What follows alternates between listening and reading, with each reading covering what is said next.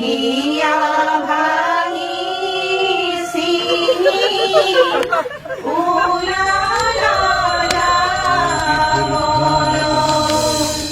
নিজৰ জীয়ৰীৰ বিয়াখন আপোনাৰ বাবে এক সপোন নহয় জানো? কন্যাদানৰ অনুভৱ সঁচাকৈয়ে অনন্য।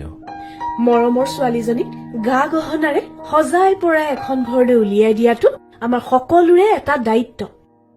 সেই সোণালী মুহূৰ্তটোৰ অনুভৱৰ পৰা তাইক আমি কেতিয়াও বঞ্চিত নকৰো।